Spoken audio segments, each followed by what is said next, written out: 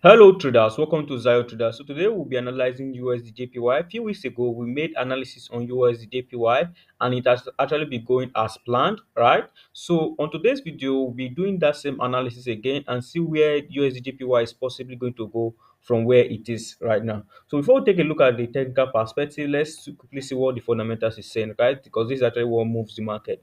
We only go to the technicals to look for entries, right? So that's pretty much it. So as you can see right here, our CPI came out positive and actually rose above BOJ's set target. You know, BOJ's target is actually 2% for inflation, but then inflation has been above their target for a very long time now. I think the 37th month that the inflation has been above BOJ's set target, and this is really not cool, right? So this should call for uh, interest rate hike, but then there's an issue, right? So according to Governor Weather, as of on Tuesday last week, he said that interest rate will only be raised once it's convinced enough that the economic and price growth will reaccelerate after a period of stagnation, right? So just to in short, he will only increase interest rate when there is a level of stability in the economy, right? Because why you may be asking, why is it saying a level of stability, saying that inflation is just hiking?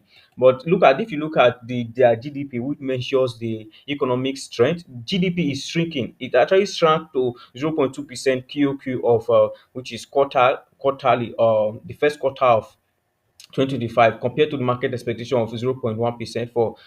Another thing we should take note of is also their interest rate gap. Now, Japan's interest rate is actually very low compared to many other countries' interest rate. So they use it for carry trade. Now, any country that their interest rate is very low and their economy is a bit stable, so what investors will do, they will actually take loan from that country and invest it in other country that their interest rate is actually high and their economy is a bit stable. You understand, guys? So that's actually what they do. So they take loan from, so which weakens Japan, which is a JPY, it weakens the currency. That's another negative thing about it. So in summary, Japan is actually weak currently, although inflation is rising, but there is no inflation interest rate hike currently because of the economy that is not even growing at all, right? So that's the case for JPY. So for USD CPI came out very positive, right? So it has already been rising for a while now. And also if you look at NFP came out positive, right? So it means that there are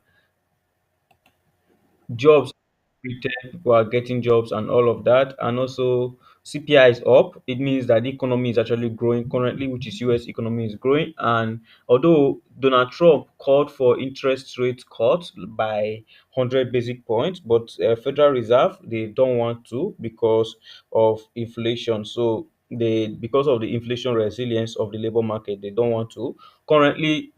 But however, just to summarize it, USD economy is actually growing, right? It's more stable than that of JPY currently, right? So that's even the reason why Trump was calling for interest rate cut, but then they don't want to cut interest rate. So as you can see on the weekly time frame, there's a break of structural bullish, and the market came to this order block origin.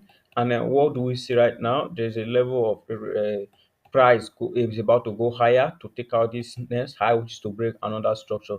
Let's take a look at the daily time frame.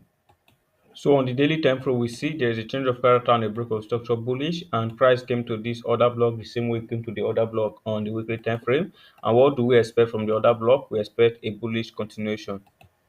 To show that we are about to go bullish, when market go to this order block, we can see immediately there is a change of character, not a break of structure actually. So I'll correct this, a change of character. And like I always tell you guys, whenever you see chain of character, it means it signals a possibility for reversal, right? So that's pretty much it. So we are about to actually go bullish, and when price change character right here, price came back to this very order block right here. This is where we are at right now. So we are expecting a break of structure, because after a change of character, what do you expect? You expect a break of structure bullish. Let's go to the 4-hour time frame. All right, so we see. The last time I made that video, I think earlier this month or even late last month, I told you guys that we were expecting price to come back to this level and then to tag us in. So price actually came back to this level, although I was not tagged in, no, right? Because my this was exactly how I marked it. I missed it with a little bit, just few pips, right? So and then price started going bullish and to change character. So this move we actually we speculated it, right, that this move was going to happen. So you can watch our previous episode, you're going to see that. And then after this happened, although I didn't make any video on this, I waited for this to come, for price to come. And then when price came, I took this from here, I took my trade from here. And I'm actually out of the trade because I only target one ratio theory. I took my trade from here. Price go to my target, and then I'm out of that trade. Although I'm looking at taking a new buy from here. So if I get a buy from around this level, right around this point, I'm going to take a buy, and we're going to target this high. Right, so this is what I'm looking at right now. So I'm looking at buying USDJPY, right, to the bullish side. So that's it, guys. Before I forget, please, if you've not followed me, follow us, subscribe to this channel, and like this video. Is very important. God bless you.